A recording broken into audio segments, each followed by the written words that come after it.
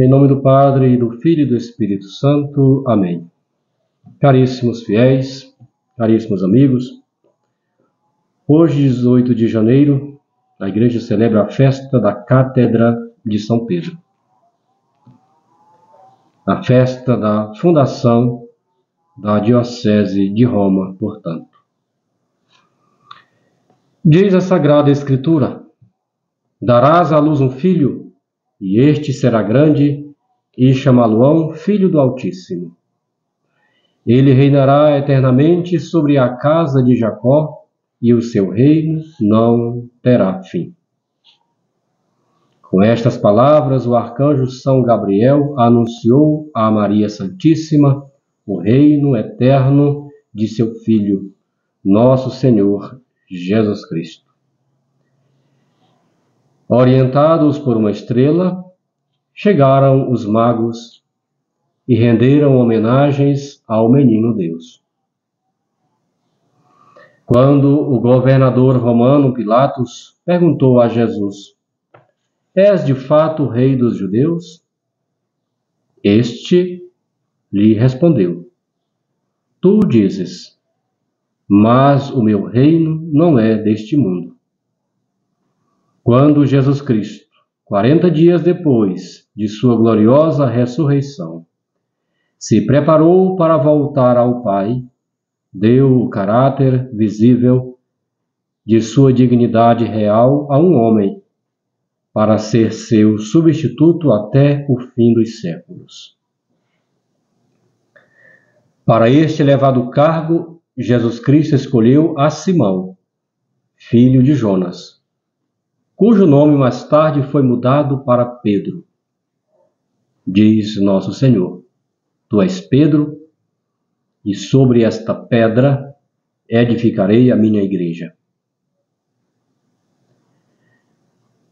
E as portas do inferno não prevalecerão contra ela. A ti darei as chaves do reino dos céus. Eu roguei por ti, para que a tua fé não desfaleça. Tu, porém, confirma os teus irmãos. Apacenta minhas ovelhas, apacenta meus cordeiros. São Pedro, fiel à ordem recebida do seu divino mestre, trabalhou pela propagação da doutrina do Messias. Depois de ter fundado diversas igrejas na Palestina e Ásia Menor, dirigiu seus passos a Roma, metrópole do mundo civilizado. Foi no ano 42 que o príncipe dos apóstolos chegou na capital dos Césares. Achou agasalho na casa do senador Cornélio, parente daquele também Cornélio, capitão ilustre de Cesareia, que, por graça especial divina, recebeu de São Pedro o batismo, ele e toda a sua família. Roma se achava no auge do seu poder, mas também da corrupção. Nos palácios, nos templos, parques e teatros, reinava um luxo desmedido. Com as riquezas das províncias mais longínquas, tinham chegado em Roma os ídolos, a superstição e os vícios de outras nações.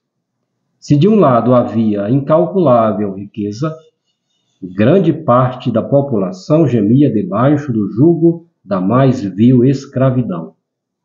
O imperador era considerado como Deus e Senhor, e como tal recebia dos seus aduladores as supremas homenagens. O vício, em suas formas mais hediondas, se ostentava publicamente, e para justificá-lo não faltaram divindades a que se oferecia incenso. Foi neste antro de podridão que o vigário de Jesus Cristo veio pregar o Evangelho. Foi ali que fundou uma igreja que perdurou e perdura 20 séculos, e forneceu milhares e milhares de mártires. Foi aí que estabeleceu a cadeira da verdade, e aí foi que, igual ao seu divino mestre, exalou a sua vida no patíbulo da cruz. São Pedro morreu, mas continuou o seu apostolado, a sua missão nos seus legítimos sucessores. O bispo de Roma, portanto, é o legítimo representante de Cristo na terra. O bispo de Roma é o chefe da igreja militante, o chefe de todos os fiéis. Infelizmente, em nossos dias, a cátedra de São Pedro, como nós constatamos e comprovamos, foi usurpada, porque quem está lá não mais ensina a verdade. Quem está lá não mais tem o compromisso de levar adiante o evangelho puro e verdadeiro deixado por nosso Senhor Jesus Cristo. Quem está lá não apacenta mais as ovelhas, não apacenta mais os cordeiros de nosso Senhor. Pelo contrário, dispersa. Como nosso Senhor prometeu que as portas do inferno, ou seja, as heresias, não prevalecerão, então aqueles que pregam heresias significa que não são sucessores de São Pedro. Não são enviados por nosso Senhor Jesus Cristo. Não tem a assistência do Espírito Santo, porque o Espírito Santo não ensina a verdade, não ensina o erro. Pelo contrário, combate o erro e difunde a verdade límpida e clara de nosso Senhor. O protestantismo tem ido à procura de provas para mostrar que São Pedro nunca esteve em Roma. Se ele não esteve em Roma, assim calcula logicamente o protestantismo. Os papas não são sucessores de São Pedro na cátedra de Roma e não podem, assim, chamar a dignidade apostólica.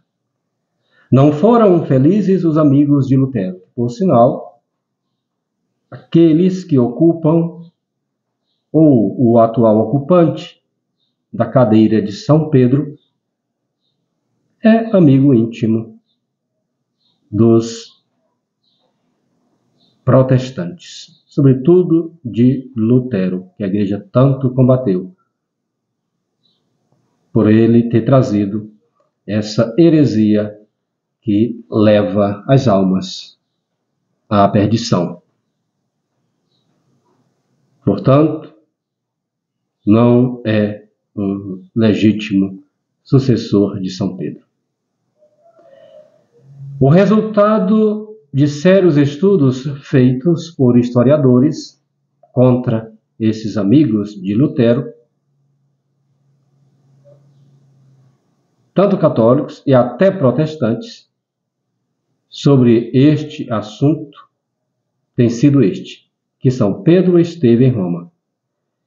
Nenhum historiador sério, nenhum historiador cristão pôs em dúvida esta verdade, que é comprovada pelos escritores dos primeiros séculos, como Caio, o presbítero romano, São Dionísio de Corinto, Egésipo, Justino, Tertuliano, Cipriano, Orígenes, Eusébio, Arnóbio, entre outros, afirmam categoricamente que São Pedro esteve em Roma. Portanto, se esteve em Roma, ele também fundou a Diocese de Roma.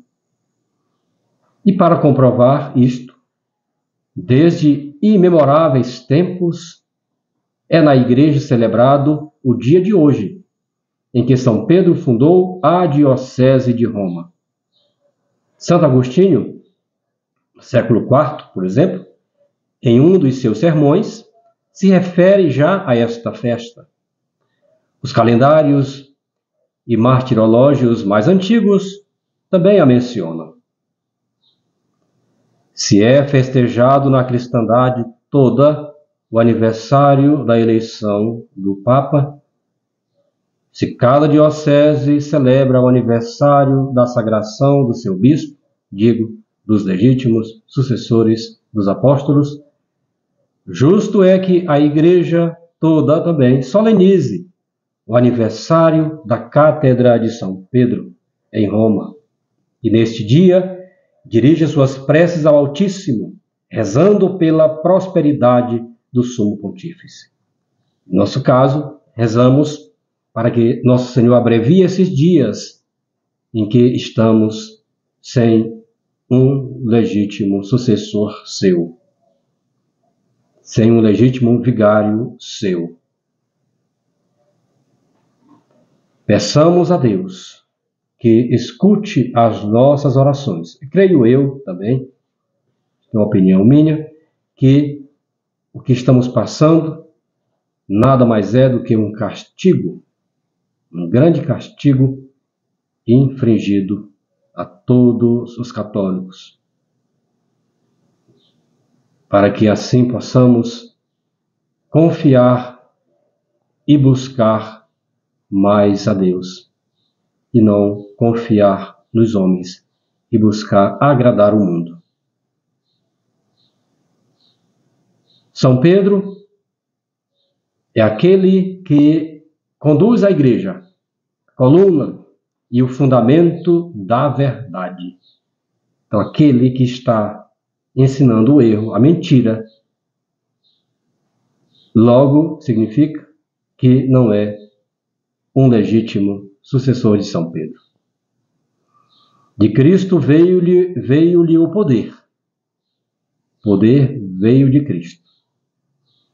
Esse poder que o mesmo Cristo recebera de seu eterno Pai, para o bem e a salvação dos homens. De sua assistência, ela gozará até o fim dos séculos, dessa assistência divina. A Igreja gozará até o fim dos séculos, ou seja, as portas do inferno, as heresias, não prevalecerão. O Espírito Santo a governa na sabedoria divina, habilitando-a para conduzir os homens à eterna salvação.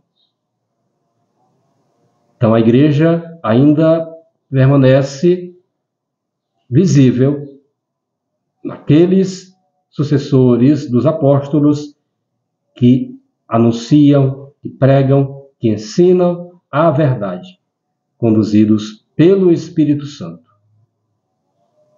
A Igreja, a nossa mãe, é aquela que nos recebe logo na entrada da vida, através do santo batismo. Nos recebe com carinho maternal e tirou de nossa alma a lepra do pecado original, nos vestindo da roupa cândida da graça santificante. Nos seus santos sacramentos, ela nos oferece os meios necessários para nos conservarmos na graça de Deus. Se a Igreja é a nossa mãe, se a ela devemos tudo que de riqueza e ornamento espiritual possuímos, a gratidão exige que lhe sejamos bons filhos, que mostremos interesse por tudo que diz respeito a essa nossa tão boa mãe. Com seus triunfos e vitórias, devemos nos alegrar. Com seus padecimentos, humilhações e perseguições, sobretudo em nossos dias, devemos também encher o nosso coração de tristeza e pesar.